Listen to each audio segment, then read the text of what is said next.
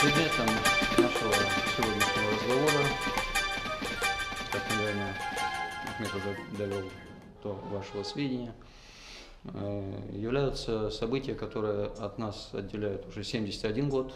В прошлом году был круглый юбилей, 70-летие. И вот через 3 дня исполняется 71 год самой драматичной, на мой взгляд, дате нашей не только новейшей истории, но и вообще нашей национальной истории в целом. Имеется в виду событие 23 февраля 1944 года. За те 25-30 лет, которые прошли с того момента, как эта тема стала, скажем так, обсуждаемой вслух, и стало относительно безопасно, легально ее обсуждать, выросло уже поколение, для которого на обсуждение этой темы и ежегодные мероприятия, связанные с обновлением памяти, скажем так, или поддержанием памяти об этой трагической дате, они потихоньку становятся рутиной. А между тем, в конце 80-х годов, когда впервые она так широко была отмечена в феврале 89-го года, когда в Назране она, вот эта вот очередная годовщина, тогда это было 45-летие, да? 45-летие депортации. Она собрала такой многотысячный митинг, которого Назрань еще не увидел. После этого Назрань увидит еще более многочисленные, скажем так, собрания и манифестации. Но это было как раз первым митингом, можно сказать, общенационального масштаба. И уже один этот факт говорит о том, какую огромную роль в национальном сознании все-таки играла и играет эта дата. Я сегодня не собираюсь открывать что-то новое, кардинально новое в истории этих событий, но тем более не собираюсь монотонно излагать основные причины, этапы, предпосылки и последствия этих событий. Я имею дело с достаточно широко образованной аудиторией, насколько я знаю, которая об этом имеет представление. Тем более, как мне Ахмед рассказал, в прошлом году, в канун юбилея, у вас была встреча здесь в клубе с Лейлой Арабхановой, автором на сегодня единственной и самой подробной и обстоятельной монографии нашей исторической науки, посвященной событиям депортации 1944 года. Я имею в виду из написанных ингушскими авторами. Есть, конечно, работы Поляна, Бугая, Ермекбаева, некоторых других авторов, тоже достаточно обширные, хорошо документированные. Но вот из ингушских исследователей, безусловно, Лейла является пионером в изучении этой очень важной темы и автором, повторяю, наиболее солидного исследования. Так что после Лейлы, как говорится, в фактологическом плане мне на этом поле делать нечего. Я предполагаю и предлагаю вам, если вы не возражаете, построить разговор следующим образом. Вот спустя почти четверть века после того, как эта тема стала обсуждаемой, какую роль и место эти события занимают в нашем национальном сознании сегодня, насколько мы застрахованы от повторения этих событий в последующем, потому что история, как говорили древние, история с магистра Виты, да, история – это учитель жизни, то есть это не только изучение прошлого, не столько, сколько прогнозирование и планирование будущего на основании исторического опыта. И с чем связаны чем объясняются вот те изменения в отношении к этой дате, к этим событиям в нашем национальном сознании, в нашей информационной сфере, в нашей повседневной жизни, как угодно. Потому что совершенно очевидно, что отношение и восприятие все-таки изменилось за эти четверть века. И оно не такое сегодня, в 2015 году, каким оно было в 1989 году, и даже не такое, каким оно было в 1999 году. Этапы изменения отношения к этим событиям, анализ причин, которые позволяют случаться таким событиям, и возможность быть застрахованными. Конечно, полную гарантию человеку и миру может дать только Всевышний, но насколько это в человеческих силах? Сколько мы можем быть застрахованными в наших действиях, в наших поступках, в политике от повторения таких драм в дальнейшем, в нашем будущем нашего народа. Вот мне хотелось бы построить вот по этим основным направлениям. И вот если нет возражений, мы, наверное, поведем разговор вот в этом русле. В принципе, люди пришли как раз таки услышать ответы на все эти вопросы. Четверть века срок, с одной стороны, в историческом плане очень небольшой, с другой стороны, это все-таки срок, когда успевает вырасти и оформиться как личности целое поколение. И люди, которые в конце 80-х родились, когда мы стали громко говорить об этой теме, сегодня уже являются полноценными, активными творческими личностями. И на протяжении вот этого времени отношение к данной теме, оно прошло ряд последовательных этапов. Я бы охарактеризовал эти этапы как вот 3 такие последовательные ступени. Ну и поскольку в силу неисправимой склонности всех историков к периодизации и ограничению хронологическими рамками, их можно, наверное, взять вот в следующем виде, вот эти вот 3 этапа. Первый этап – это конец 80-х, пожалуй, 88-89 годы, начальный период этого этапа, и до 93-94 годов. Я бы назвал этот этап таким этапом анализа энтузиастов, скажем так, или такого восторженного анализа. Восторженного почему? Насколько, казалось бы, это неприменимо звучит в данной теме, но те, кто помнят, те, кто постарше вот в аудитории помнят вот конец 80-х годов, эйфорию, которая охватила общество вот во времена позднего Горбачева, когда потихоньку начали сначала в полголоса говорить, потом все громче, громче, а под конец, к концу перестройки, начали говорить уже все. И несколько лет народ просто не мог насытиться вот этой вот свалившейся на него свободой. И вот в этом плане такой восторженный анализ. То есть это даже не анализ, это просто вот у людей накопилось, и они говорили, изучали в меру того. Хотя тогда это изучение шло в основном за счет свидетельств, тогда еще много было живых очевидцев, непосредственных участников, людей, которые все это пережили. Документальных материалов тогда многие архивы были еще закрыты. То есть такой вот публицистический, достаточно поверхностный анализ. Но в то же время это самый яркий, самый страстный и наиболее горячий период споров вокруг этих событий. И даже не то, чтобы споров, а проговаривания этой темы.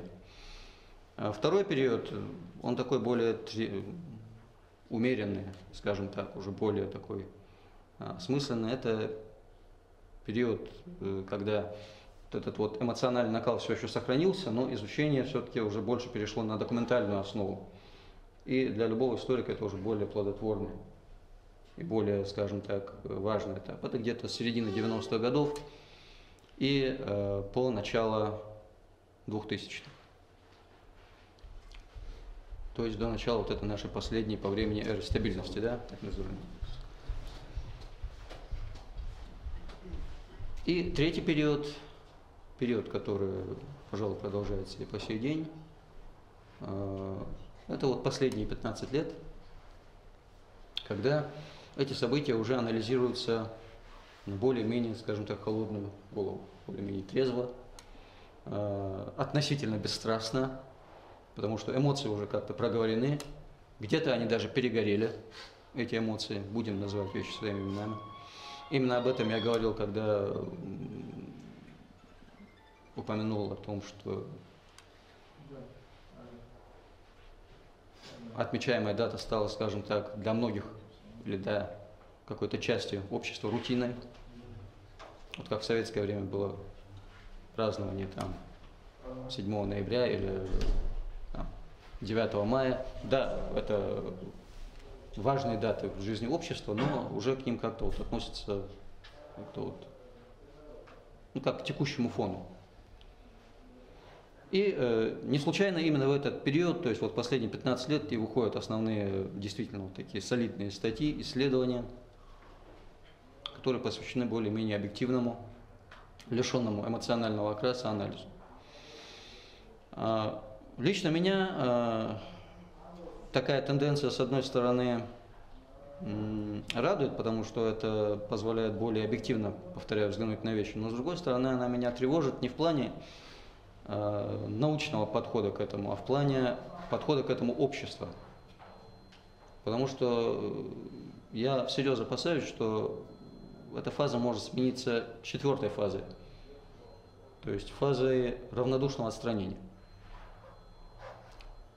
Первые признаки этому так или иначе мы не можем не замечать в нашей общественной жизни.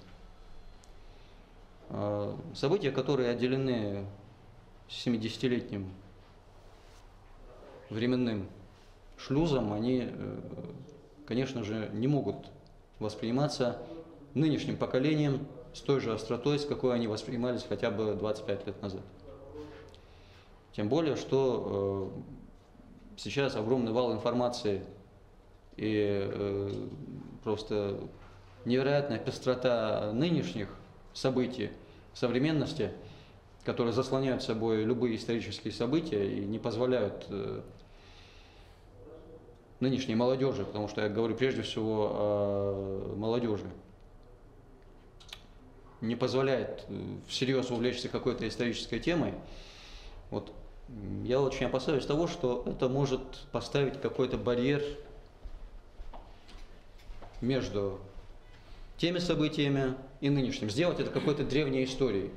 Вот как какой-то Ноев потоп, или, я не знаю, монголо-татарское нашествие. То есть события, о которых говорят, что-то там пишут, но они не являются какой-то живой тканью современности. Вот в этом я вижу наибольшую угрозу для общественного восприятия данной темы. Почему? Потому что эта тема, она трудноисчерпаема и очень трудно поставить в ней точку еще и потому, что все мы прекрасно знаем, что последствия этих событий, они не просто не изжиты, не преодолены, они в какой-то мере усугублены некоторыми событиями нашей новейшей истории. И отголоски этих событий, вот, жизнь народа, по сути дела, разделена на до 23 февраля 1944 года и после. И в обозримой перспективе очень трудно проследить, когда можно будет говорить о том, что здесь поставлена точка. Это действительно живая история, это современность. Потому что для нас эта дата, она современность. И именно поэтому, еще и поэтому я подчеркиваю опасность вот наступления вот этой 4-й фазы, вот этой равнодушной отстраненности. Это то, что касается изменений общественного отношения к данной проблеме. Теперь то, что касается причин, предпосылок и возможных будущих повторений таких сценариев. Весь комплекс этих причин, весь комплекс субъективных и объективных предпосылок настолько велик, что его невозможно втиснуть вот в рамки полуторачасовой лекции и даже серии лекций. Каждая из этих причин и предпосылок заслуживает отдельного разговора. Мы не располагаем временем для этого, поэтому постараюсь говорить тезисно. Возможно, если бы у нас было в этом плане больше времени, я мог бы несколько смягчить или расширить, как-то сделать более ясными некоторые положения, которые я попробую до вас довести. Но мне в силу ограниченности времени, повторяю, придется говорить максимально сжато и по возможности доходчиво, чтобы не утомлять вас вот этими вот длинными наукообразными построениями. Во-первых, я глубоко убежден, что комплекс объективных причин, которые сделали возможным события февраля 1944 года, по большому счету, в своей сущностной основе остался неизменным. Сегодня, по прошествии 70 лет, в основном, на мой взгляд, опять же, это моя, тут уже не объективная, а субъективная, но основанная на объективных факторах, субъективная оценка, скажем так, при всей парадоксальности этого выражения. Это моя оценка. Основные движущие силы, которые могут сделать возможным повторение этого в будущем, они не изменились. При этом я особенно хочу обратить ваше внимание, что основные причины происшедшего я вижу не вовне нашего общества. Главные, наиболее, что для нас наиболее драматично, главные причины я вижу в самом обществе. Потому что внешние факторы, они при всей их, так сказать, форс-мажорности и непреодолимости иногда, но они преодолимы с течением времени. Внутренние факторы, внутренние причины, внутренние предпосылки таких трагедий, они опасны тем, что их преодолеть по прошествии времени гораздо труднее. Почему? Потому что это кроется в самом архетипе, скажем так, или в самом историческом коде определенного народа и этноса. Конечно, в советские времена меня предали анафеме за такие высказывания и вообще за такие идеи. Ну, поскольку у нас все еще можно, пусть даже вот в таких вот ограниченных аудиториях, говорить то, что думаешь, хотя я это говорю и в студенческой аудитории, своим студентам. Возможно, часть из присутствующих, а может даже большинство со мной не согласится, но совершенно очевидно для меня лично, и это не из книг взято, а во многом из жизненных наблюдений, из опыта общения с представителями разных этносов, разных культур, что всякий этнос, подобно человеку, индивиду, обладает своими неповторимыми индивидуальными чертами. Есть черты, которые объединяют этнос с другими этническими группами. Есть черты его неповторимые, точно так же, как неповторимые черты характера. Мы об этом говорили во время нашей первой встречи, между прочим, тогда в другом контексте об этом. Вот я сегодня повторюсь.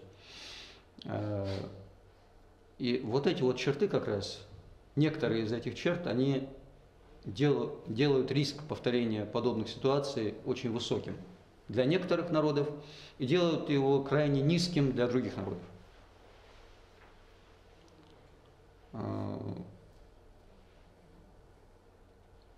Определенный набор особенностей, которые инвариантны, во всяком случае, в новой, новейшей истории нашего народа, то есть, что значит инвариантны, они проявляются вне зависимости от конкретной исторической ситуации, снова и снова.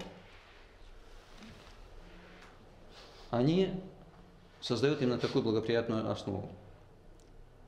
Прежде всего, теперь я перейду от общего теоретизирования к конкретике. Какие это, скажем так, родимые пятна, которые существовали тогда, существовали задолго до 1944 года. Об этом можно судить из достоверных источников, из этнографических описаний, из материалов, печати и так далее, которые существовали в 1944 году и которые не перестали существовать в 2015 году. И которые, я так думаю, что не скоро сотрутся, если они вообще когда-либо могут пройти. Вот это меня удручает больше всего. Я имею в виду, прежде всего, фатальное отсутствие единства и недоговороспособность элит, национальных элит. При этом то, что наша национальная элита, она вообще представляет собой очень тонкую прослойку, по сравнению с началом 20 века, она, конечно, немножко так раздобрела, стала немножко более мощной. Это не тот тоненький слой, который скорее можно назвать вот таким напылением, прежде всего в лице 2-3% обладавших светским образованием и грамотностью в широком ее смысле, которым мы располагали в начале века. Все-таки сегодня большинство, подавляющее большинство, не просто грамотно, а обладают высшим образованием. Но, тем не менее, это не способствует сближению взглядов элит, и они зачастую остаются непримиримыми даже в критических для народа ситуациях. Примеры этому у всех перед глазами. Я говорю о нашем новейшем периоде нашего развития. Никто, я думаю, из присутствующих со мной не будет спорить, если я скажу, что за последние 23 года, что существует республика, практически не было такого времени, когда за коротким исключением периода с конца 1992 по где-то начало-середину 1994 года, об этом я чуть дальше скажу немножко подробнее, не было такого периода, когда мы могли бы говорить о широком общенациональном консенсусе в смысле договора элит. Вот такого договора, который, пусть он будет негласным договором, когда мы отбрасываем в сторону противоречия, я сейчас говорю за них, за тех, кто представляет наши элиты. Хотя вот интеллектуально, скажем так, продвинутая часть общества, она, конечно, может с полным основанием быть включена. Для этого не обязательно быть формальной элитой, обладающей формальными политическими полномочиями, да? То есть не было такого периода в новейшее время. То же самое мы можем наблюдать в период существования советской Ингушетии, да? Короткий ее период. С конца гражданской войны, с начала 20-х годов и до середины 30-х годов. Ну и в дальнейшем, уже в составе члена Ингушетии, вплоть до вот этого трагической вот этой ситуации февраля 1944 года. То есть это все тоже взаимное подсиживание, мелочные склоки, борьба мелких честолюбий, непомерные амбиции, зачастую пренебрежение национальными интересами ради удовлетворения сиюминутных, своекорыстных или же как-то вот своеобразно понимаемых как национальные интересы. То есть были там искренне заблуждающиеся люди, я не спорю, которые действительно болели душой за народ. Но во все времена были и откровенные карьеристы, политические спекулянты, делавшие и делающие карьеру на бедах народа. Подобно болезни, которая подтачивает организм изнутри, вот подобная общественная реальность, подобная недоговороспособность элит и подобный раскол, который уже от элит ведет дальше трещинами по всему обществу, вот он делает общественный организм восприимчив к любой внешней угрозе, уязвимым и нежизнеспособным. Вот эти вот причины, их я ставлю на первое место. Они остались неизменными. Вторым по значимости, вернее, вторым по порядку, но не вторым по значимости, а равновеликим вот с тем, что я назвал первым фактором, я считаю отсутствие образования в широком смысле. Для человека, который 10 минут назад сказал, что у нас с образованием дело обстоит лучше, чем в начале 20 века, вот мой теперешний пассаж может звучать парадоксально и противоречиво. На самом деле никакого противоречия нет. Речь идет о формальном образовании. В плане формального образования и получения общей грамотности, то есть если 100 лет назад у нас было мало людей, критически мало, которые умели читать и писать, сегодня у нас таких людей, слава богу, почти 100%. Хотя если реформы с нашим образованием пойдут дальше, вполне может быть, эта парабола пойдет и в другую сторону. Но пока, слава богу, мы пожинаем плоды вот советского подхода к образованию, потому что, как бы мы ни ругали советскую власть, но то, что она дала всеобщее образование, этого при всех репрессиях, при всех депортациях и так далее и тому подобное, этого не отнимешь. То есть всеобщее среднее образование, благодаря которому население страны получило общую грамотность, это действительно недевальвируемая заслуга при всех других преступлениях в других сферах. Так вот, пока еще эта ситуация такая, и общей грамотностью мы располагаем. Но я говорю о грамотности, прежде всего, политической. А политическая грамотность подразумевает под собой очень широкий набор качеств, которые позволяют ориентироваться в современном мире, приспосабливаться к меняющимся его вызовам, отличать демагогию от реальной программы, судить не по словам и не по трескучим лозунгам, а по реальным делам. В этом плане, к сожалению, мы недалеко ушли от остальной России, в принципе, вернее, остальная Россия недалеко ушла от нас. Но это не делает наше положение менее бедственным. Говоря об остальной России, что я имею в виду? В том, что страна по-прежнему легко попадает на удочку демагогии, манипуляции общественным мнением, пропаганды и так далее, чему мы являемся свидетелями каждый день буквально. Но мы, как говорится, тем более оказываемся уязвимыми, потому что у нас доверчивость и преклонение перед, скажем так, назовем это красиво ораторским искусством, а назовем это так, как оно является краснобайство. Преклонение перед краснобайством у нас, к сожалению, это тоже одна из черт наших широких масс, назовем их так. То есть мы, слушая, всегда прежде всего ориентируемся на то, как сказано, а не то, что сказано. Возможно, в этом особенность многих кавказских южных народов, преклонение перед формой и слабостью вот трезвого анализа. Но это у нас есть.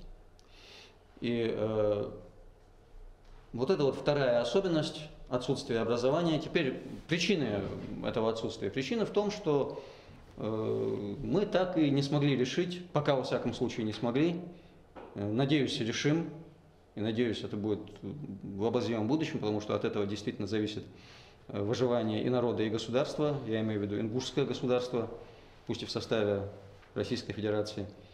мы не смогли решить проблему правильной расстановки ценностей в области образования. То есть мы сумели понять, что образование дает широкий простор для получения материальной, скажем так, прибыли. И невозможно в современном мире материальное процветание без наличия диплома. Но мы по сию пору не можем действительно проникнуться осознанием важности реального наполнения этого диплома. То есть для нас и сегодня, как и 50, и 100 лет назад, важнее диплом, чем его содержимое. Это равновеликое вот с тем фактором, который я назвал первым, то есть отсутствием единства и элит, и следом за ними общество, равновеликая беда. Вот эти два фактора я ставлю на вершину пирамиды, которая мешает нам застраховаться от повторения ситуации 1944 года в обозримом или отдаленном будущем. То, что все может быть, и любые ситуации могут быть повторяемы, тем более в некоторых обществах, в некоторых цивилизациях, меня лично и исторический опыт, и опыт действительности убеждает каждый божий день. Я думаю, для всякого, кто имеет глаза, чтобы видеть, и имеет уши, чтобы услышать, и умеет хоть как-то анализировать, вывод будет аналогичен. Поэтому говорить, что этого не может быть, потому что этого не может быть никогда, у меня лично такое, скажем так, или такое заблуждение, оно закончилось где-то в конце 90-х годов. Вот последние 15-16 лет я живу с твердым осознанием того, что может быть все. То есть повторение может быть всего чего угодно. То есть, когда я еще был студентом в конце 90-х годов, у нас, когда был в студенческом научном обществе, вот, Магомед Картоев, наверное, помнит нашу работу тогда на старших курсах, когда мы писали первые статейки, первые анализы какие-то пробовали делать, первые потоки Ингушского госуниверситета тогдашнего. Вот у нас такая была тоже одна из тем. Вот 44-й был вчера, повторится ли он завтра. Вот я для себя тогда, для меня это было тогда отвлеченным вот таким вот рассуждением. То есть это для меня была фигурой речи. Вот сегодня это для меня не фигура речи. Сегодня я убежден, что теоретически может быть. А практически, скажем так, причины и факторы для того, чтобы это состоялось, не дай бог, конечно. Вот в первую очередь это те два фактора, которые я вам назвал. Есть другие факторы? Безусловно, есть. Но они менее значимы. И вот эти два фактора, они выполняют роль, как математики говорят, условия необходимое, но недостаточное. А в совокупности со всеми остальными они делают уже... Все остальные факторы, это вот теперь уже, пожалуйста, теперь это уже внешние, скажем так, силы, которые тоже остались, по сути дела, инвариантными, которые так или иначе заинтересованы, или вернее не заинтересованы в нашем поступательном развитии. Это вне зависимости от того, как складывается та или иная картина мира в геополитическом плане в разные периоды истории. Но эти игроки, эти силы, они тоже, по сути дела, остаются неизменными. Но весь вопрос в том, как противостоять этим внешним силам. Потому что если не будет, прежде всего, единства, и, во-вторых, конкурентного, скажем так, конкурентоспособного потенциала для противодействия этим силам, а конкурентоспособный потенциал в сегодняшнюю постиндустриальную информационную эпоху это только образование, которое дает уже все остальное. Если не будет этого, то в этой борьбе мы будем обречены просто вот ходить по этому кругу, не вырываясь из него. наша новая и новейшая история это подтверждает, потому что этот круг для нас пока не прерывается. Вот мы находимся сейчас на очередном витке. До сих пор, на протяжении последних 1,5-2 веков, я не иду в дебри средневековой истории, древней истории и так далее, я по ним не специалист и не буду говорить о том, чем владею слабо. Я говорю о новой и новейшей истории. Так вот, в этот период с удручающей цикличностью, приблизительно 45-50 лет, ну, эта цикличность, она ни для кого не секрет, и вы все здесь присутствующие, я так думаю, можете не хуже меня об этом сами сказать. То есть, возьмем последние 150 лет. 1858 год, середина 19 века, Назановское восстание. Спустя полвека события революции и гражданской войны, в которой нам ой как влетело, да? В которой мы сыграли, да, одной из ключевых ролей, но в то же время оказались одним из самых пострадавших регионов. И при том сумели извлечь наименьшую выгоду из этих событий, чем регионы нас окружавшие. Еще полвека спустя, ну чуть меньше, события 1944 года. Еще полвека, 1992 год. Правда, в 1992 году, помимо очередной национальной катастрофы, мы все-таки получили и очередной, и уникальный шанс.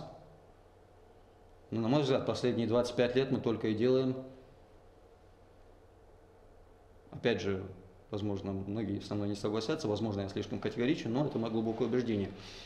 Мы, как общество в целом, делаем максимум возможного для того, чтобы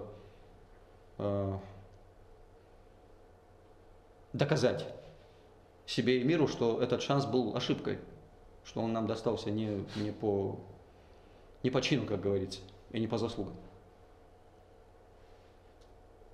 Опять же, первейшие причины, вновь возвращаемся все к тому же, о чем я говорил. Отсутствие единства элит, то, что влечет за собой раскол общества по самым различным линиям. И недооценка или, скажем так, полный отказ адекватно оценивать значение образования как такового. Не образование как выверстки, а образование как вот реальной системы знания об окружающем мире, на основании которых действовать и выживать в окружающем мире. Теперь, возвращаясь к тому, что я сказал, почему я говорил о 92-94 годах, как коротком периоде, когда вот за последние 25-23 года существования ингушской государственности, да, или протогосударственности, а с ним полноценной государственности, когда можно говорить о том, что все-таки такое единство было достигнуто. Оно было достигнуто как раз за счет трагедии, как объединяющего фактора. И вот это тоже отличительная особенность нашего исторического развития применительно к 1944 году. То есть очередная национальная трагедия служит фактором, который объединяет, сплачивает общество, но, к сожалению, на очень непродолжительный период. Если это, скажем так, развивающаяся во времени трагедия, как это было с депортацией 1944 года, 13 лет, то это более продолжительный период. Если же это трагедия, которая, к счастью, по времени была относительно краткосрочной, если говорить ее активную фазу, хотя трагедия продолжается, если говорить о лишениях беженцев, о нерешенности проблем, о судьбе без вести пропавших и так далее и тому подобное. Но если говорить об активной фазе, все-таки события 1992 года были более краткосрочными, да, во временном плане.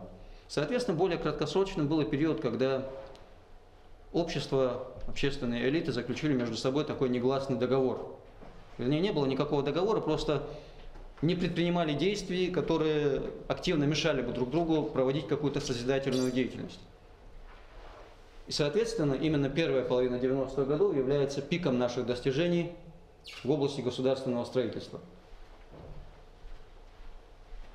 Именно тогда мы обзавелись атрибутами государства, системой государственных органов, выстроили какую-никакую структуру и поныне функционирующую ветвей власти. И самое главное, заложили основу, на мой взгляд, главную основу нормально функционирующего государства информационной эпохи, создали государственный университет. Это событие я считаю самым важным в истории Ингушетии после событий 1992 года. Потому что все остальные атрибуты, министерства, ведомства, комитеты, всевозможные администрации, народные собрания и так далее и тому подобное, при всем уважении к системе власти, но создать их гораздо легче, чем создать полноценно функционирующий вуз, который является кузницей кадров для всего этого. То есть без такого функционирующего конвейера выпуска профессиональных кадров все остальное теряет смысл.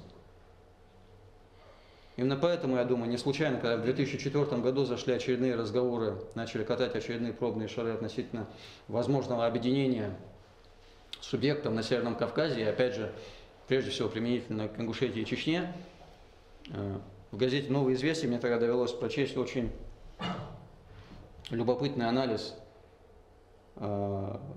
достижений Ингушетии за последние 20 лет, и эксперты сходились только в одном, что главное достижение – это создание, впервые в Ингушетии появился свой университет, свой национальный университет. Вот это стало следствием вот того компромисса элит. Хотя, но с другой стороны, этот компромисс был вызван тяжелейшим поражением, которое потерпели элиты в результате событий 1992 года. Потому что слишком двояким стала их роль. С одной стороны, они привели народ к образованию государственности, да, и это было следствием действительно, в том числе и деятельности элит, хотя и объективных исторических факторов, которые удачно для нас сложились на тот период. С другой стороны, те же элиты привели народ к очередной национальной катастрофе. И никто не может снять с них часть ответственности за это. Пусть они не были инициаторами этого, но и несут за это ответственность точно так же, как национальные элиты 30-х, 40-х годов также несут часть ответственности за то, что произошло в 1944 году. Такова судьба элиты. Она, получая привилегию определять развитие народа, она одновременно с этим получает и непомерную ответственность за все то, что произойдет с этим народом. Особенно с народом, который сам по себе все еще недостаточно грамотен, скажем так, в широком плане, достаточно наивен, легко вводим в заблуждение. Вот в этих условиях, конечно, на элиту ложится громадное бремя ответственности. И уж совсем никуда не годится в этих условиях для элиты каким-то образом выяснять отношения. Это подобно склоке на тонущем корабле.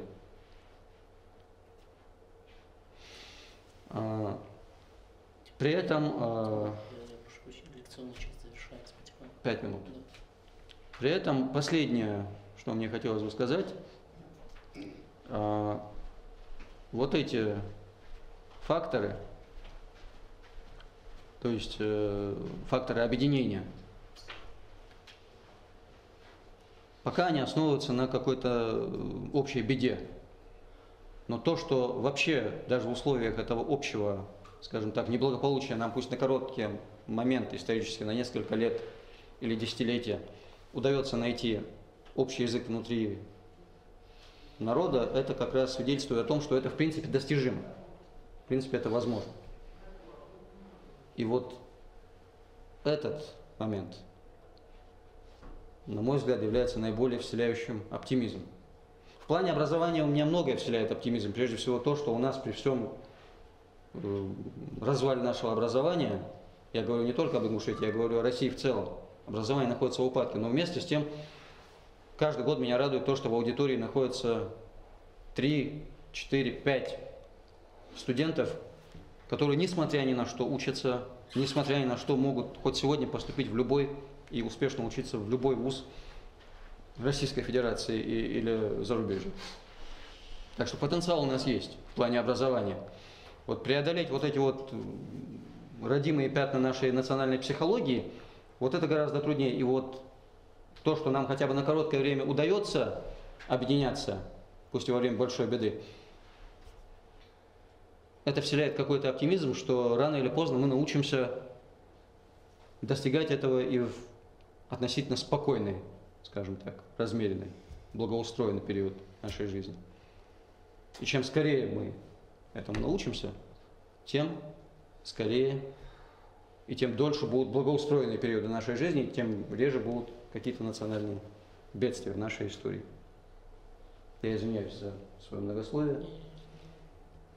В целом, это то, что мне хотелось обозначить.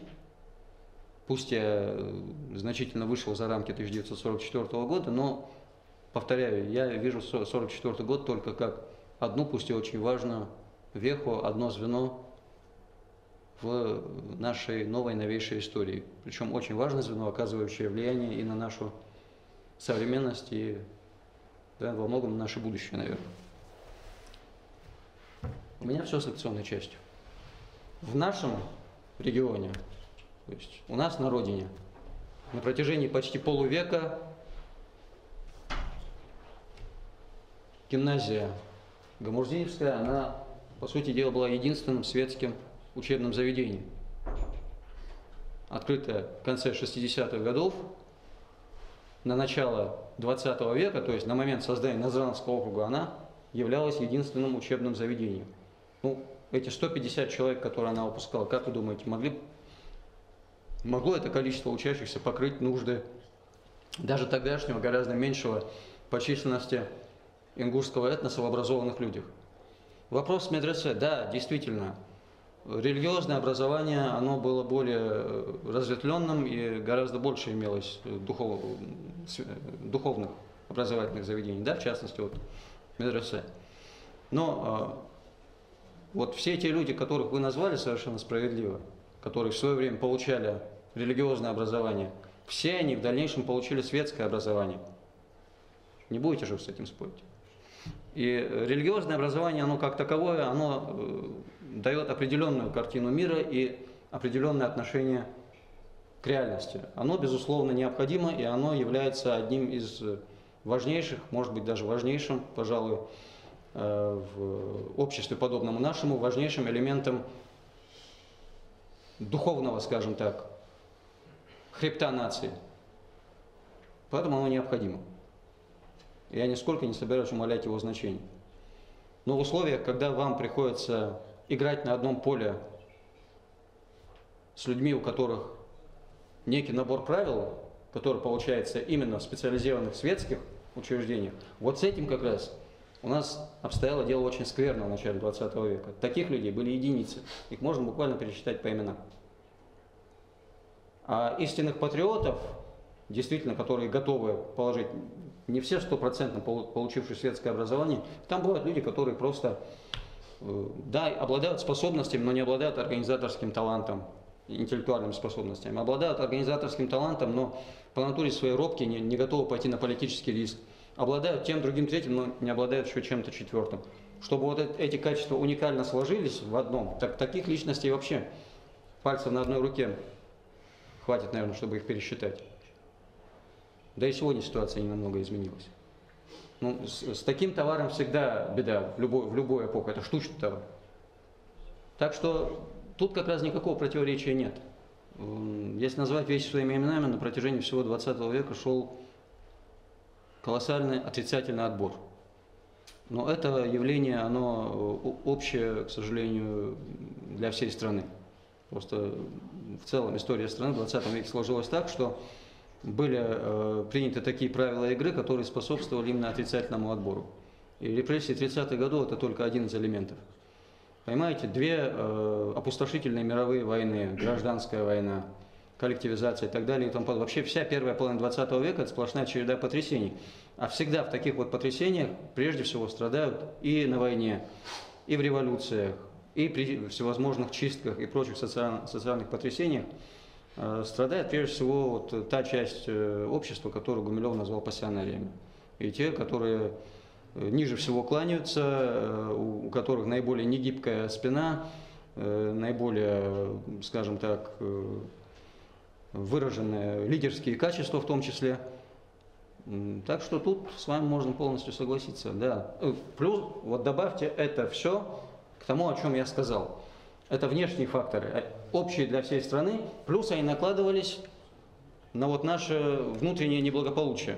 В частности, на нашу систему доносительства, которая процветала в 30-е годы и никуда не делась на протяжении 20 века.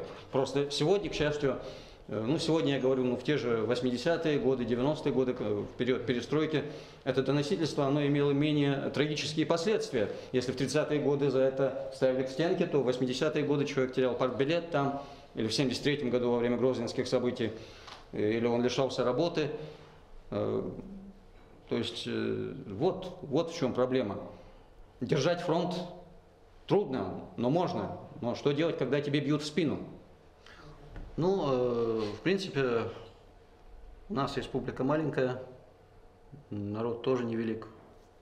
Половина друг друга родственники, знакомые, как минимум. Все друг друга знаем в достаточной мере.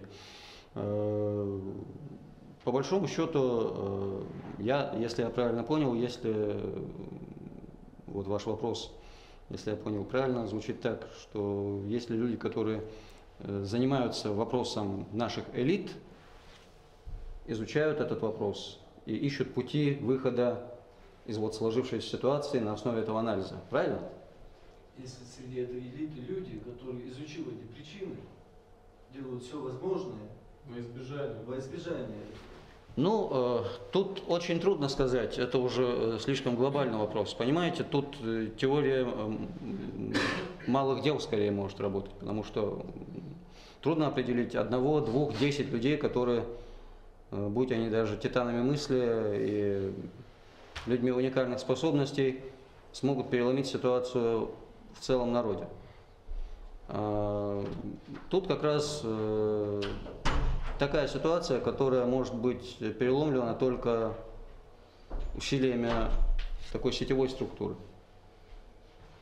То есть в разных местах, в разных ячейках общества, начиная от ее первичной и главной ячейки семьи, вести кропотливую работу, элементарно воспитывать детей соответствующим подходом. То есть давать им личный пример. Я сейчас говорю трюизмы, да, избитые банальности, но от того, что они банальность, она не перестает быть истиной, пусть она избита. Вот у нас на самом деле просто дефицит личного примера. Это касается не только элит. Потому что, понимаете, вот если бы наши элиты были чем-то, если бы мы жили бы в дореволюционной России, и у нас была бы дворянская империя, где были низы, которые никак не могут выбиться во власть. И были бы верхи, которые постоянно из поколения в поколение держат власть в своих руках. Еще и тут можно было бы найти дополнительную причину и попытаться, я не знаю, устроить революцию, свергнуть верхи, установить низы. Но наша-то элита – это плоть от плоти и кровь от крови нашей. Мы видим, что социальная мобильность очень высока в нашем обществе. И в нашем случае социальные лифты работают просто невероятно. То есть люди, которые вчера, казалось бы, никак нельзя было предполагать, что они будут оказывать столь большое влияние на развитие и общества, и государства. Сегодня они оказывают такое влияние. Поэтому важно не только работать с элитами. Ну, я в силу своих профессиональных, скажем так, в силу своей профессии, в силу своих интересов больше общаюсь вот с той частью элиты, которую можно назвать интеллектуальной составляющей. Там есть разные люди, но есть люди, которые искренне вызывают у меня уважение, не только понимают вот то, о чем мы сегодня здесь все с вами говорим. Об этом, в принципе, Я здесь сегодня не открыл никакой Америки, согласитесь. Действительно, большинство из вас, я убежден, все, поскольку все, как я понимаю, люди мыслящие и в той или иной степени задумывающиеся и об истории, коль она вам интересна, и о современности, коль вы в ней живете, вы не могли не приходить вот к таким вот выводам. Но недостаточно прийти к таким выводам. Нужно, действительно, вы правы, делать что-то. Написать книгу хорошую, на хорошем уровне. Воспитать, я не знаю, там, студентов. Это опять же, я вот беру свой монастырь, да? А где-то в другом месте, я не знаю, ну, если ты получил вот слабое медицинское образование и стал врачом, ну, не самоуспокаиваться на этом, а как-то вот литературу как-то штудировать, я не знаю, интернет не только для того, чтобы болтать в Одноклассниках, но и для того, чтобы какие-то вещи там узнавать. Сейчас в этом плане огромный массив информации доступен, и можно человеку самосовершенствоваться. Мы поставлены вот такие вот условия, во многом особенностями нашего же общества, что огромнейшую роль играет вот самосовершенствование. Вот почему меня так вот обрадовал тогда Ахмед, сказав о существовании клуба «Я сделал». Что я считаю, что вот чем больше будет вот таких вот клубов, обществ, тем лучше будет для нас, потому что это свидетельство того, что общество, какая-то часть его стремится к самосовершенствованию. А эта часть неизбежно потянет за собой, как локомотив, в дальнейшем все общество. Кто-то потом начнет это делать, потому что это модно станет, а потом втянется в это. Кто-то действительно заинтересуется, кто-то захочет показаться умным, а потом действительно станет умным. И такое бывает. Всякое бывает. Так что вот на ваш вопрос нет однозначного ответа. Да, есть такие люди. Я таких людей знаю. Их мало. Они представляют разные поколения. И старшее, и молодое. И среди своих студентов я знаю таких даже. Вот это меня радует. Вот это меня радует. Вот это вселяет меня вот в нашем достаточно вот таком вот серьезном, скажем так, чтобы не сказать мрачном настоящем, внушает какие-то надежды на светлое будущее. Отвечая на первый вопрос, почему не надо забывать? Вопрос столь же короток, сколь и ответ. Как раз для того, чтобы не повторилось в будущем.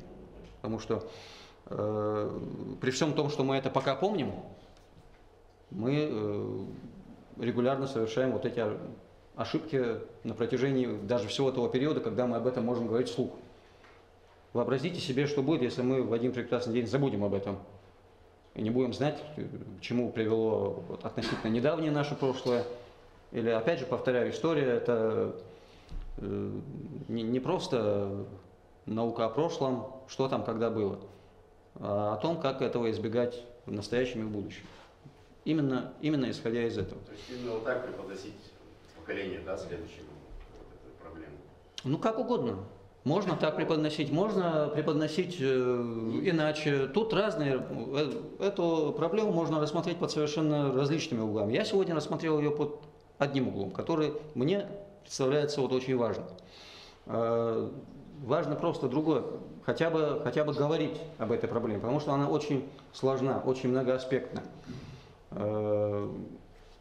Об этом можно регулярно проводить и 1,5- и 2-часовые лекции на протяжении многих месяцев, ежедневно, и то не исчерпать эту тему. Как всякое грандиозное историческое событие, даже для такого небольшого народа, касающееся такого небольшого народа, но это переселение целого народа, событие не так часто встречающееся в мировой истории. Во всяком случае, в новой новейшей истории примеров такого масштаба практически не было. В древности там, когда и народы были поменьше, и расстояния, на которых переселяли, были поменьше. Вот для тех народов, допустим, для евреев, Вавилонский плен, он на протяжении уже 3000 лет является живой, скажем так, трагедией. Для армян, допустим, резня 1915 года, она, Вот где может показаться, что вот люди назойливо и просто исступленно. Но там не может возникнуть просто вопрос, а зачем нам это? Потому что его не поймут, человека, задавшего такой вопрос. Мне это несколько претит, вот, когда я захожу, там, допустим, на армянские форумы и так далее и тому подобное, вот это вот постоянное вот биение себя в грудь и посыпание головы пеплом. Но с другой стороны, огромные жертвы среди народа, пусть и не такого большого, объясняют это в какой-то мере. Для нас приблизительно чем-то подобным был 1944 год. Так что я считаю, мы имеем полное моральное право, во-первых, об этом говорить и говорить вслух. Во-вторых, мы имеем достаточные основания для того, чтобы не забывать об этом, чтобы это не повторилось. Это то, что касается первой части вопроса. Теперь вторая часть вопроса. Если у нас что-то, если в нашей окружающей действительности что-то положительное. Ну, то, что у нас сегодня есть республика, пусть и единственный субъект Российской Федерации с неопределенными границами, это радует, безусловно. Сам факт того, что у нас есть или еще есть республика, это самый, безусловно, радующий факт. То, что у нас уже третий десяток лет функционирует худо-бедно государственный университет, еще один факт. Об этих фактах я уже говорил. То, что наша молодежь не ушла 100%, 80% ушла, безусловно, в мобильники, в интернет, в перетирание пустого в порожнее, в одноклассниках и так далее. Ну, есть определенная часть, которая все еще вот открывает книгу и читает ее. Вот это меня тоже радует и иногда удивляет. Радует и удивляет, потому что такая волна на них обрушивается со всех сторон, которая от всего этого отталкивает. Вот в целом вот это вещи, которые, повторяю, позволяют надеяться на то, что Всевышний как-то над нами сжалится и дальше как позволит нам. Так, Хабибулла, по-моему, ты поднимал руку. Да, Абдуль-Хамид, вопрос. У меня такой вопрос. Я извиняюсь, представьтесь, пожалуйста. Вот есть такое мнение, что чтобы народ начал развиваться и какое-то поступательное развитие, чтобы у него началось, надо преодолеть отметку в 1 миллион человек. После этого оно начинает совсем... То есть, чтобы количество перешло в качество. Да. И второй вопрос, даже не вопрос, а общий вопрос получается. Вот есть такое понятие, как надо, чтобы какая-то критическая масса сложилась, которая поведет остальную часть общества за собой. Как вы думаете, какая часть из общего числа должна быть критическая масса? И с учетом того, что на протяжении долгого времени в нашей истории, по-моему, за последние 10 лет вот такое резкое увеличение молодежи в религии, и, мне кажется, что оно более осознанное, чем оно было раньше. Безусловно. Вот оно какой-то отпечаток может оставить положительный на этом развитии? Понятно. Ну, тут действительно очень сложный вопрос, составной вопрос, тут целых 3 вопроса, да, в одном. Ну, во-первых, о критической отметке в миллион. Мне знакомы эти теории, действительно, есть такое мнение, что для необратимого поступательного развития народу действительно необходимо преодолеть вот эту вот отметку. По-разному ее дают, не только миллион, там существуют другие отметки, 5 миллионов и так далее. Но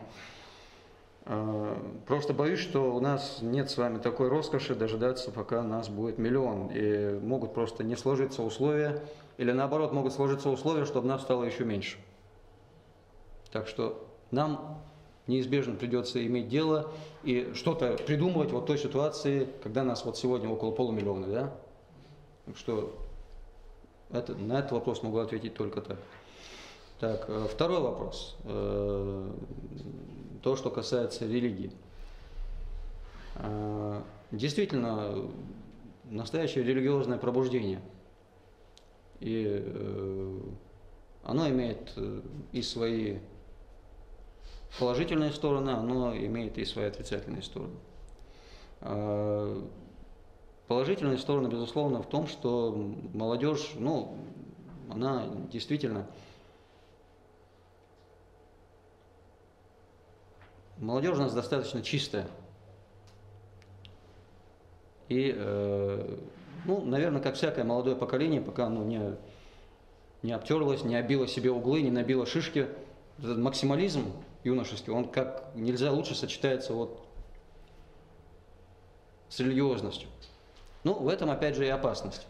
Потому что импульсивность действий, неумение идти на компромисс, политический компромисс я имею в виду, требование всего и сразу, сегодня, сейчас и здесь. При этом оно, опять же, накладывается на наши национальные черты. Вот это вот, мы нетерпеливый народ. Вот китайцы, допустим, народ терпеливый. Китаец будет ковыряться, долго выращивать там репу, редиску, 10 лет, потом продаст ее, будет еще 10 лет копить, потом, наконец, построит большой дом и так далее и тому подобное, разовьет хозяйство. Даже сложилась в средние века поговорка «терпеливый, как китаец». Вот мы в этом плане абсолютная противоположность. Мы очень нетерпеливы во всем, и в быту, в взаимоотношениях, в политике и так далее. Это очень нехорошая черта в плане того, что она очень опасная. И плюс на это накладывается вот юношеский максимализм религиозной молодежи, которая, опять же, может из лучших побуждений, из самых лучших побуждений, которыми, как известно, вымощена дорога, куда вы тоже знаете. Это ответ на второй вопрос. И третий вопрос я запамятовал. Вот критическая масса, которая... Все, вспомнил, Барков.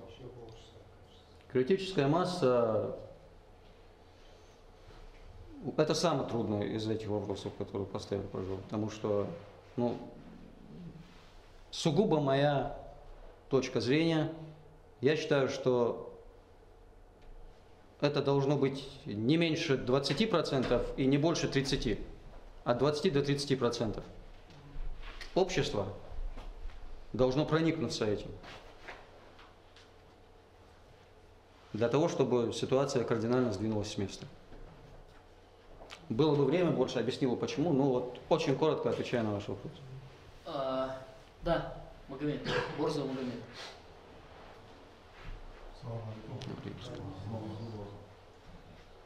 Тимур, вот я, конечно, не был на лекции всей, но я примерно понял, о чем говорили. Вот тоже вопрос касается вот этой элиты, то есть той, чего у нас нет, если даже говорят, что она есть. Ее никогда не было в той плане, чтобы сказать, что вот за ними можно пойти, как бы, оно было как бы углом нации, что-то. И даже, вот, по моему мнению, мне кажется, я немного увлекаюсь историей, что ингуши, вот именно ингуши, еще как нация не созрели до конца, чтобы назваться полностью четко вот этой нацией. И кажется, вот эти вопросы, вот и выселение, и то, что с нами было в начале, все это как бы начало зарождения нации.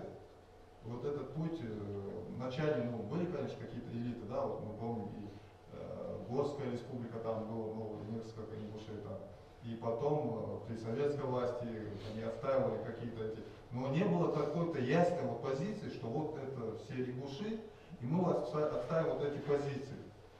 И у нас до сих пор есть какие-то элиты, каких-то, вот, можно сказать, в Тейпо, в Мире, во всем, но вот именно национального чего-то у нас нет. Даже если мы будем говорить и про президентов наших, и, ну, к примеру, Руслана, что да, самый яркий там, из наших президентов, он нам в первую очередь был прислан сверху, вот, чтобы успокоить людей, и он потом как бы своими действиями как-то был признан ингушами.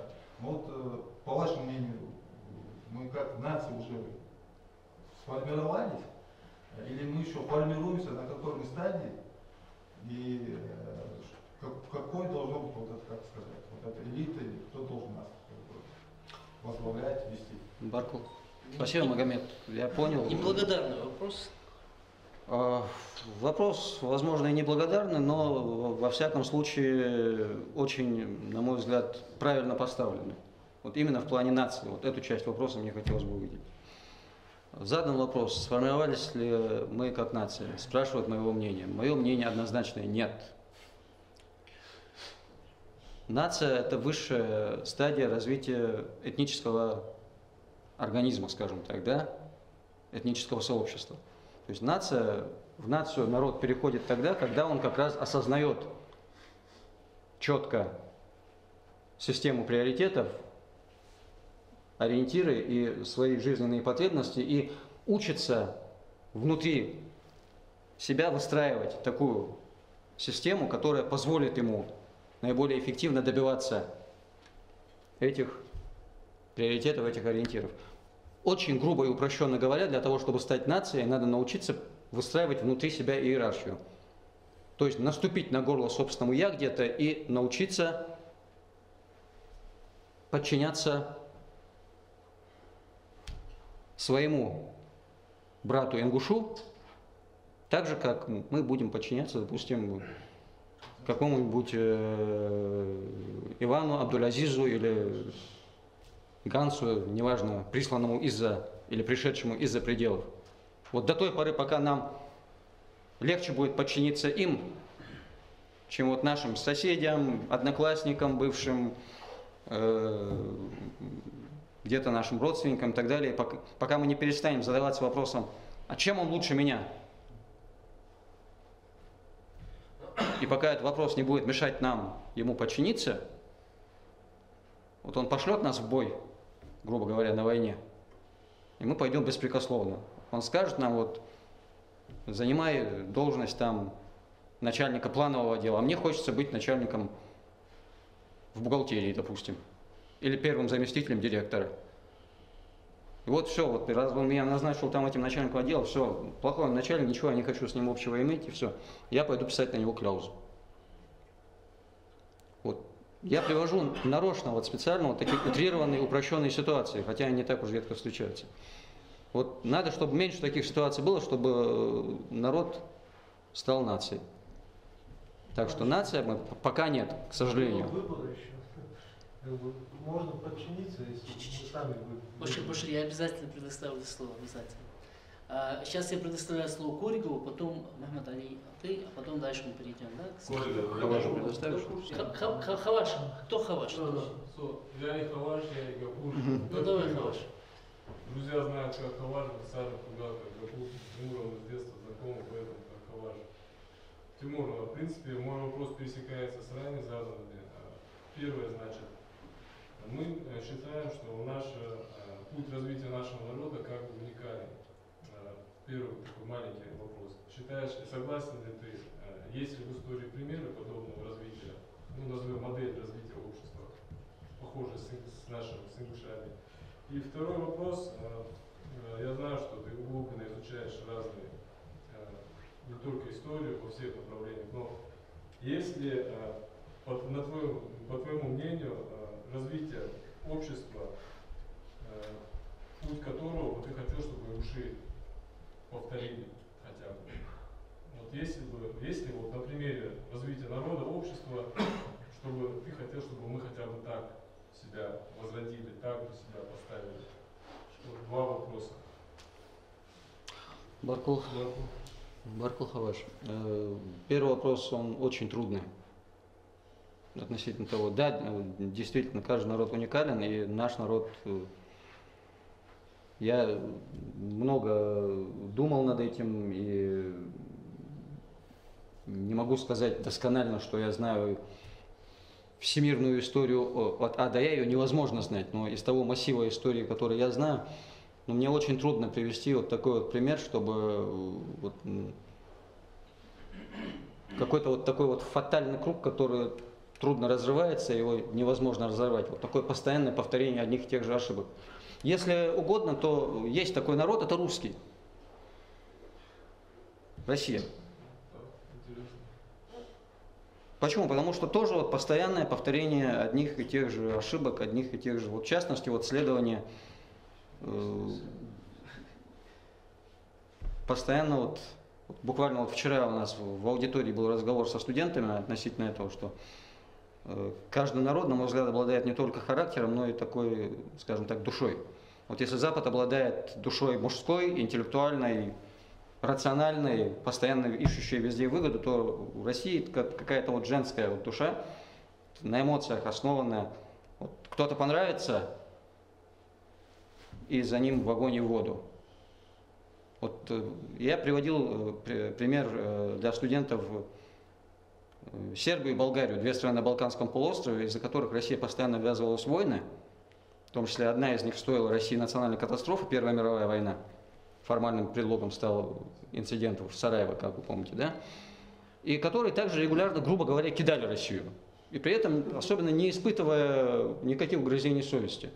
Вот Болгария, которая была освобождена от турецкого ига во время войны 1677-78 годов, где отличились и наши предки в том числе, завоевали там Георгиевский штандарт, да, если правильно, если неправильно, Магомед меня поправит.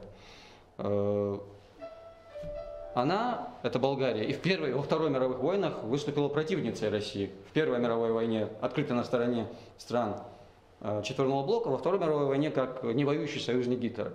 Но тем не менее вот в русском национальном сознании и по сию пору вот существует вот такое вот отношение. Братское, да? Братушки. Они братушки, и все. Они могут делать все, что угодно. То есть это, опять же, повторение вот одних и тех же ошибок. Это не совсем то. У нас, конечно, дела похуже, и для нас ошибки стоят дороже, чем они стоят большому народу. Но в чем-то мы очень похожи. Вот в этом плане мы очень похожи. Это на первый твой вопрос-ответ. И на второй вопрос. Мне всегда нравились в этом плане японцы. На кого бы мне хотелось бы, чтобы... Ну, мне хотелось, чтобы мы ингушами оставались. Это разумеется. Но ингушами, похожими на людей, которые уникальный народ, вот они точно, вот другого такого народа я не знаю в истории, который бы совершил то, что сделали японцы в XIX веке.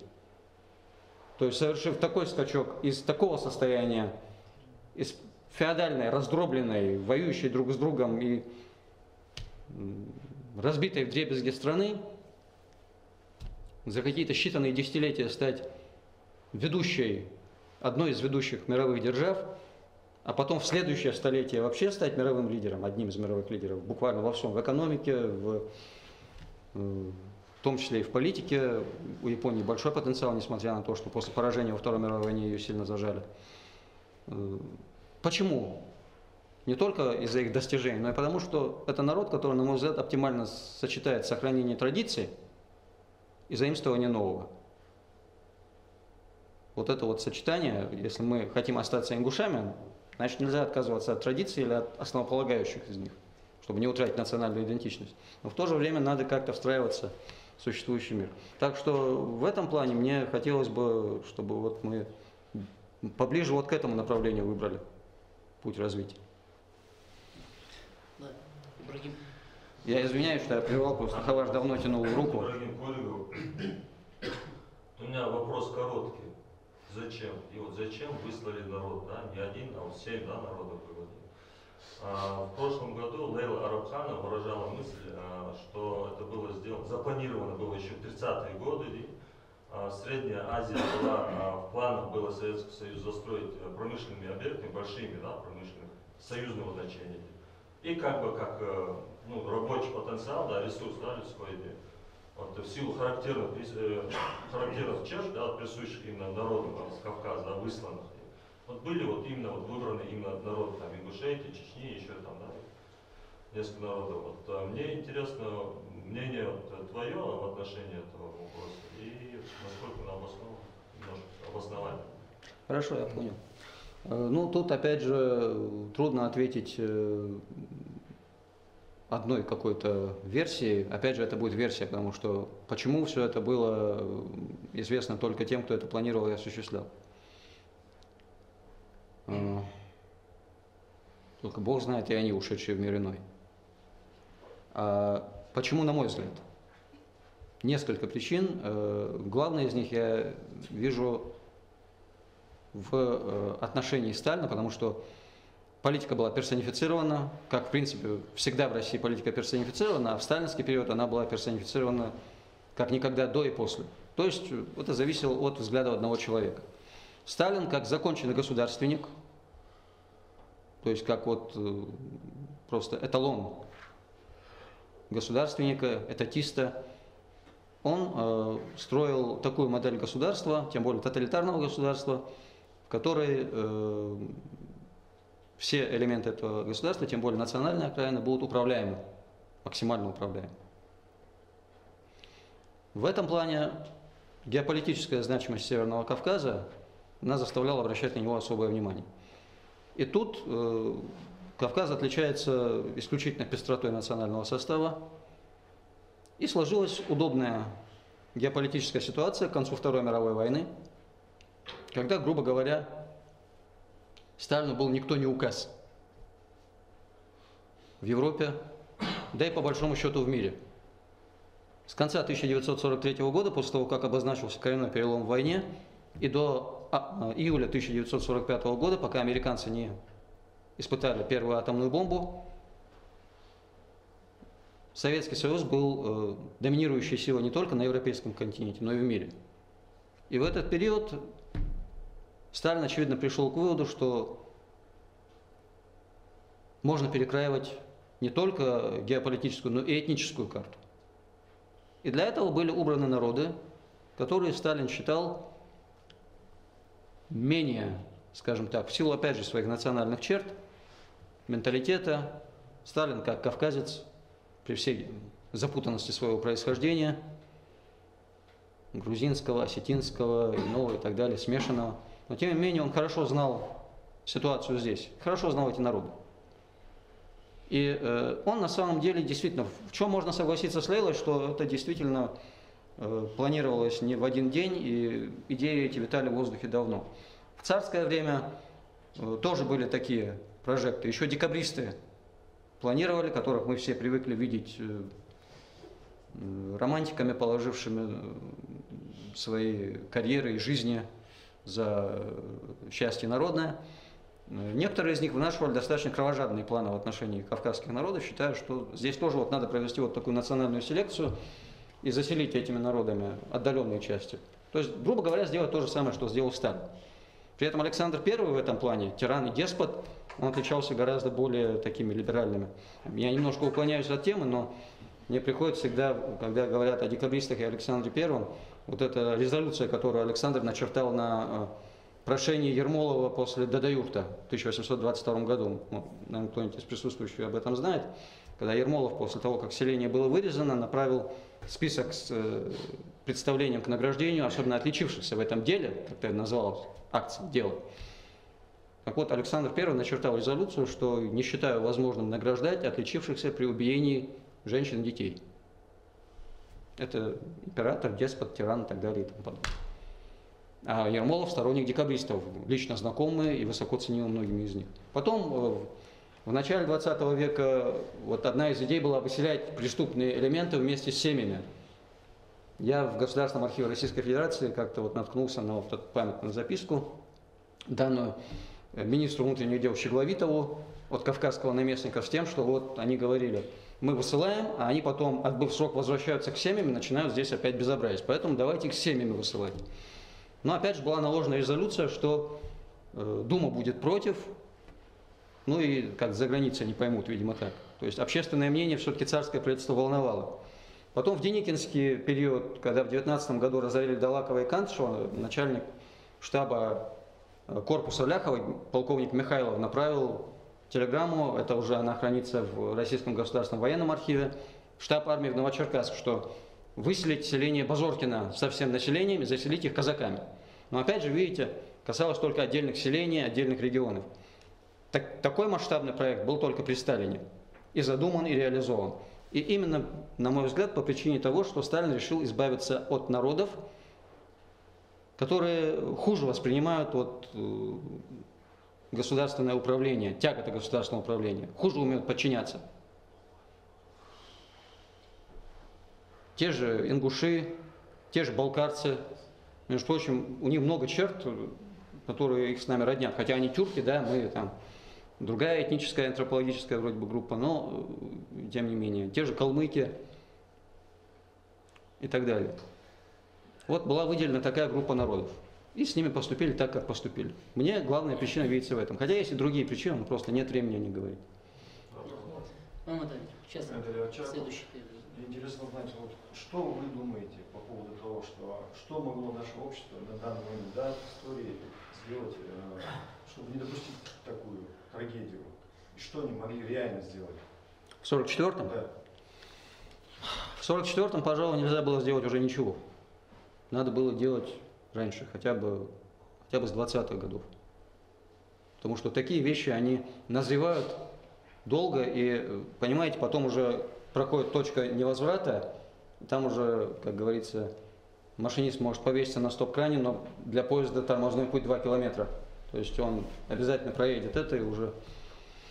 Вот в 20-е, в 30-е годы как раз можно было создать, лучше воспользоваться возможностями, которые нам дала наша, дорого нам обошедшаяся в плане человеческих затрат и в плане разрушения участия в гражданской войне. То есть до конца 20-х годов, пока еще был жив Ленин, Ленинская гвардия, и пока Сталин не стал тем Сталиным, которым он стал, я имею в виду, утвердился у власти так, что он почувствовал себя уверенно, вот это десятилетие, правда, это очень короткий срок, но тем не менее можно было что-то сделать. Прежде всего, воспользоваться возможностями для образования. Мы очень плохо воспользовались этими возможностями. Причем есть документальные свидетельства того, что присылались разнарядки из центра, в том числе партийные вузы, военные вузы и так далее и тому подобное. Но отдачи с нашей стороны было немного. То есть, мы традиционно шли больше куда? В лучшем случае на военную службу, чаще всего в торговлю. Вот для иллюстрации приведу вам такой пример, правда, немножко более раннего периода. С 1905 по 1913 годы, за неполные 10, за 8 лет, да, с момента создания Назановского округа, объем промышленного производства вырос, дай бог памяти, на 2% или, одним словом, меньше 10%. Сейчас точную цифру я не помню. Зато я очень хорошо помню цифру роста торговых оборотов в 20 раз. Почему? Торговля дает быструю и относительно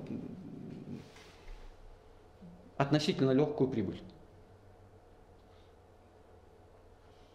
А вот преклонение перед материальной прибылью – это еще одно родимое пятно нашей современности. И, к сожалению, как вот вы видите, наша история, от которого нам трудно избавиться. Вот 20-е годы как раз вот в пользу вот открывшихся этих возможностей мы за деревьями опять не увидели леса и упустили вот этот шанс, который у нас был. Это один из шансов. Другой шанс, конечно, был сплотиться вокруг, опять же, той немногочисленной национальной элиты тогдашней, хотя часть ее, к сожалению, и далеко не самая худшая часть, а на мой взгляд лучшая, такие как Джабагиев, Сазерком Марсагов, другие, они были вынуждены покинуть страну. Но и даже с оставшимися людьми, такими, допустим, как тоже Идрис Зязиков, Султан Гаджхан и другие, можно было много чего сделать. Помогать им надо было, не мешать, а помогать. Тогда я не говорю, что в этом случае этого бы не было, но было бы больше шансов этого не допустить. Понимаете, мы еще живем в стране, в которой очень много значат личные связи, общение с властным аппаратом на короткой ноге, знакомства и так далее и тому подобное. Тоже было в царской империи, в царской России, тоже было в советской России, в Советском Союзе. Тоже по большому счету сохраняется и сегодня. Вот наши соседи, которых мы не называем, да, вот они 100% используют этот ресурс всегда.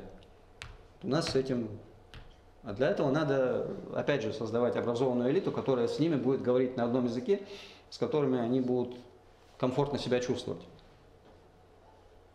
Это, опять же, вопрос приспосабливаемости. Мы плохо приспосабливаемся. Не умеем, не хотим, это уже другие вопросы. Для начала надо хотя бы захотеть. Я не говорю о приспосабливаемости путем утраты национальной идентичности и принесения всего в жертву, тогда это теряет смысл. Но нужно учиться у тех, у кого это получается, не принося такие жертвы. Другим. Ибрагим Азиев. Я просто вот слушал.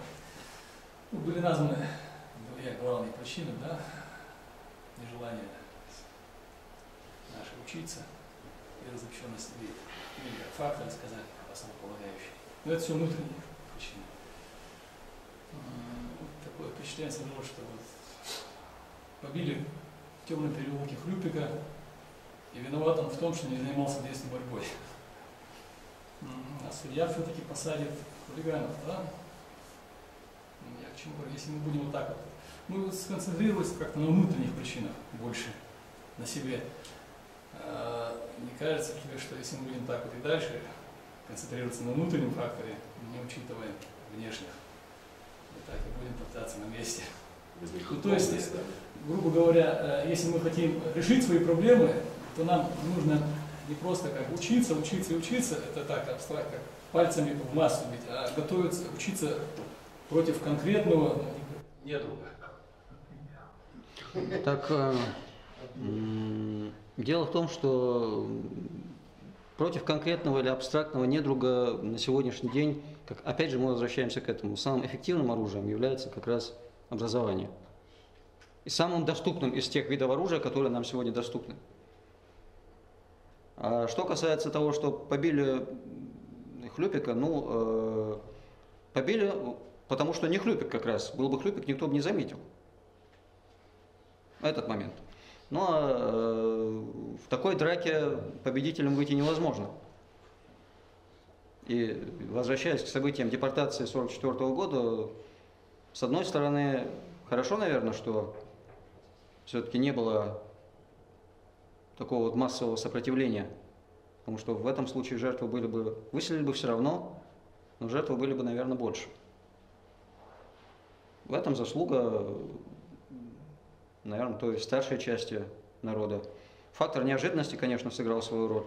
Хотя в российской и советской практике неожиданности не бывает, потому что информация просачивается. Допустим, мой прадед рассказывал, что ему где-то уже в декабре 1943 года один знакомый офицер во Владикавказе, где они жили, говорил, что намекал, не говорил, что конкретно, что собери там самое необходимое, чтобы в случае чего, он еще не понял, что война уходит куда-то в сторону уже, немцев гонит, а чего, куда бежать. Ну, ты все-таки это. Точно так же, как в 1992 году, допустим, были многие, опять же, мои родственники мне рассказывали, что один прямо вот так вот бил себя головой. Юахмыах решок, ханя, опять что, будет так, будут заезжать БТРы в ваши села и расстреливать ваши дома. Я не поверил, говорит. Это он говорил 2 ноября, когда эти БТРы как раз ездили по селам, ровно то же самое было. Так что фактор неожиданности, он, конечно, сработал в плане неоказания сопротивления. Но и позиция вот этих вот старейшин, религиозных авторитетов, с которыми Берия, кстати, устроил встречу 22 февраля за день. И конкретно сказал, вот так, вот так, вот так. В случае сопротивления будет то-то и то-то. Но это было около 100 тысяч войск нагнали. Войск НКВД, внутренних войск и так далее. Я говорю не о том, что свершилось, а о том, что если мы хотим что-то изменить, Нужно мало начинать нам с себя. абстрактно учиться, просто учиться. Это не так уж мало. Конкретному нужно. Это не так уж мало. Вот если мы будем абстрактно учиться, я буду считать, что это очень много. Вот мы никак вот не можем, на мой взгляд, меня это убивает, то, что мы не можем начать вот так вот учиться. Вот все. Идут годы, идут десятилетия, а мы не учимся. Так что это не так уж мало. Тимур, я просто прокомментирую позицию Ибрагима. Ибрагим, Тимур говорит, что надо учиться. Когда мы будем учиться, то к нам придет понимание того, как мы должны отражать внешние силы, отражать внешние факторы, воздействующие на нас. Искать собственные резервы для роста, искать какие-то точки потенциала.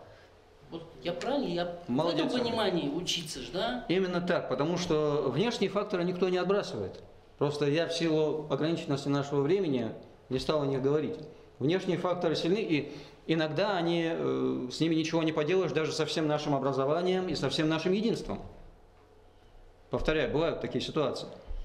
Вот со Сталиным, допустим, мы ничего не смогли бы сделать, даже если бы это ему взбрело в голову и с образованием, и с единством. Но то, что мы создали ситуацию, которая привлекла его внимание и сами притянули внимание хищника, это другое дело. Вот создать такую ситуацию, чтобы мы слабых хищников могли побить, а тех, которые посильнее, и которых мы все равно не одолеем, чтобы мы не представлялись для них заманчивой, соблазнительной добычей. Вот в чем все дело. А единый народ, он никогда не будет заманчивой добычей. Хищник знает, что даже если он его загрызет, он обломает зубы об него. Так, я думаю, что как бы время уже подходит к концу.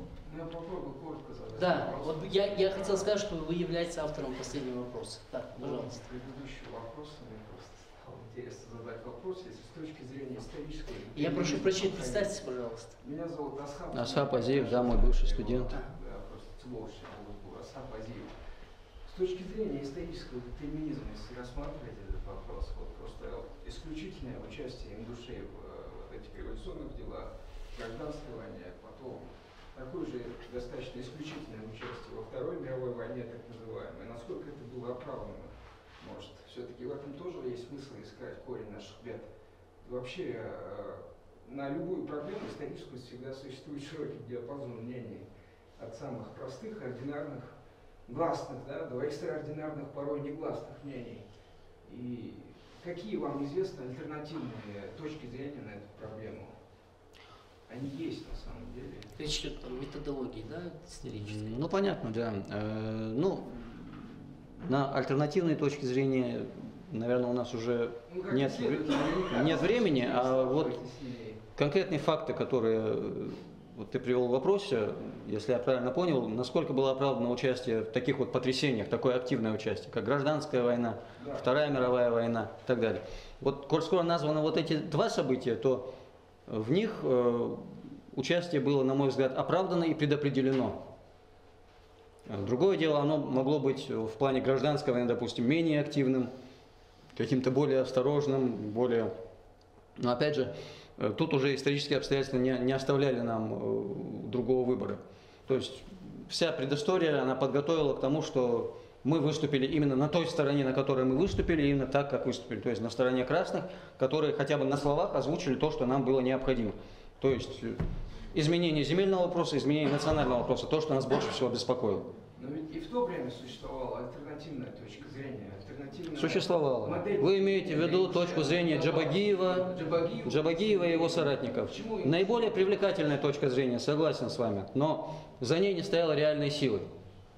Были две реальные, если бы она восторжествовала, на мой взгляд, опять же сугубо субъективно, она была наиболее отвечающей интересам Ингушетии в то время, но за ней не было реальной силы. То есть народ пошел, там были две силы мощные, красные и белые. К 19 году уже ситуация предельно поляризовалась. И все, кто между, они должны были примкнуть или к тем, или к другим. И тот же Джабагиев, он в конце концов выбрал меньшее из зол и, вырвав у Орджоникидзе вот это вот пустое обещание, как оказалось, что Ингушетия получит независимость, даже сказал Орджоникидзе во время встречи на станции Назрань, да, в 18 году. А потом рассмеялся в лицо, да, сказал, что вы нам готовили кинжал в спину, когда мы здесь боролись. Когда в 20 году, уже после победы, Джабагиев ему напомнил об этих словах. Кто засмеялся? Орджоникидзе.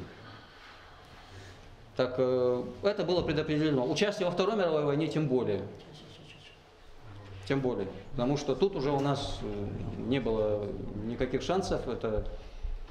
Мы находились в составе тоталитарного государства. Воевать или не воевать, для нас такого выбора не было. Хотя нас в конце концов обвинили в том, что не воевали, хотя и воевали, но уж. Хотя бы форму участия можно было Я понимаю, тема душераздирающая, тем более ваш коллега. Но у нас, к сожалению, время ограничено. У нас сегодня в гостях есть Картоев Магомед.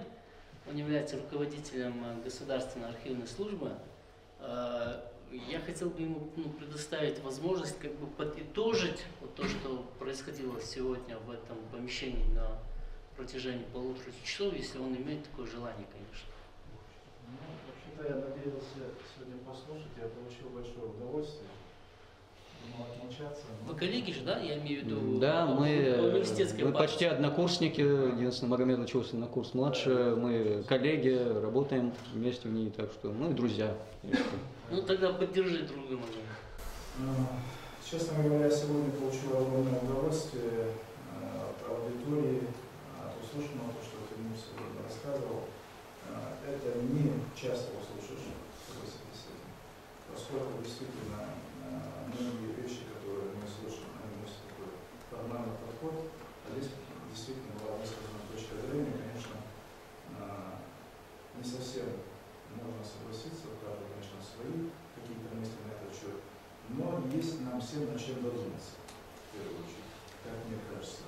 И те причины и факторы, которые сегодня были названы, они, конечно, очень важны. В первую очередь, потому что они, как мне кажется, вызывают главное, на мой взгляд, если мы хотим изменить как бы мир вокруг нас, то пространство, которое давлеет над нами, и внешние факторы, мы в первую очередь должны измениться сами. То есть мы должны быть готовы к тому, чтобы те вот вызовы, которые перед нами стоят, мы могли достойно принимать и не допускать того, чтобы с нами могло что-то случиться подобное в будущем. И мне кажется, действительно это очень важно. И еще раз всех призываю подумать очень серьезно о том, что было сегодня сказано. И, возможно, это станет толчком к тому, что мы каждый в силу своих непосредственно возможностей, каждый на своем участке станет, может быть, делать все, что зависит от него непосредственно в этом направлении, чтобы вот эта вот ситуация никогда с нами больше не повторилась. Единственное, что могу сказать. Ну что, знак признания того, что Магомед говорил, я думаю, лучшее подтверждение всему этому — это наши аплодисменты. Ну, безусловно, ты действительно дал огромную пищу для размышления. И согласитесь, что вот немножко нестандартный гость для нашего центра в плане постановки вопросов и глубины анализа. Да? Я еще раз повторяю, это очень важно на самом деле. Когда человек подчеркивает необходимость анализа истории нашей, необходимость гражданской активности с нашей стороны, со стороны молодежи, подчеркивает религиозную компоненту, подчеркивает необходимость национальной идентичности, что мы ее должны придерживаться, особо подчеркивает важность образования и университета, хотя мы не всегда, как-то у нас университет ассоциируется, но не всегда с тем, с чем бы его хотел бы ассоциировать Тимур. Согласны, да? Поэтому, вот, честно говоря, огромное впечатление, восхищение Тимур, вот то, что я сегодня слышал. Я от лица всего центра выражаю тебе благодарность, от лица ребят, которые пришли сегодня тебя послушать. Они пришли именно тебя послушать, и, честно говоря, это есть демонстрация запроса со стороны молодежи на историю, и это есть подтверждение того, что ты не зря выбрал эту профессию, мы горды, что ты есть у нас, и что ты так ревностно в нашей стране и в нашей истории.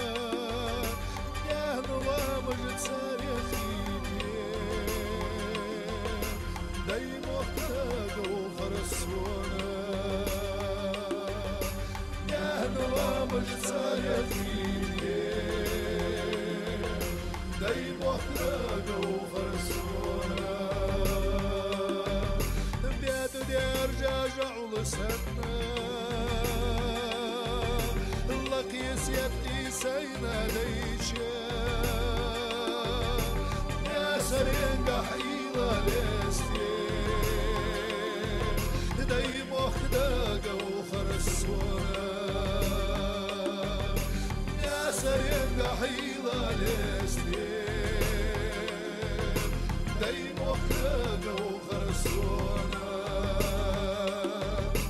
ونخقل سقيا بردنا عاشر كازت سينا ليشا يا ترزوات ستغلين داي مخداقة وخرسونا يا ترزوات ستغلين داي مخداقة وخرسونا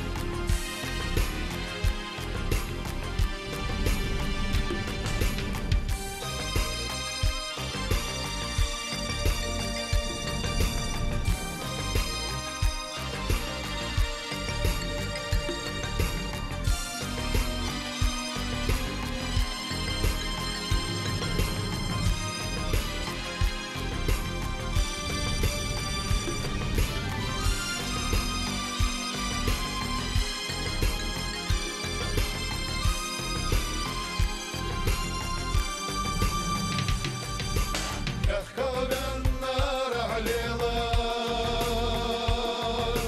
نولد هما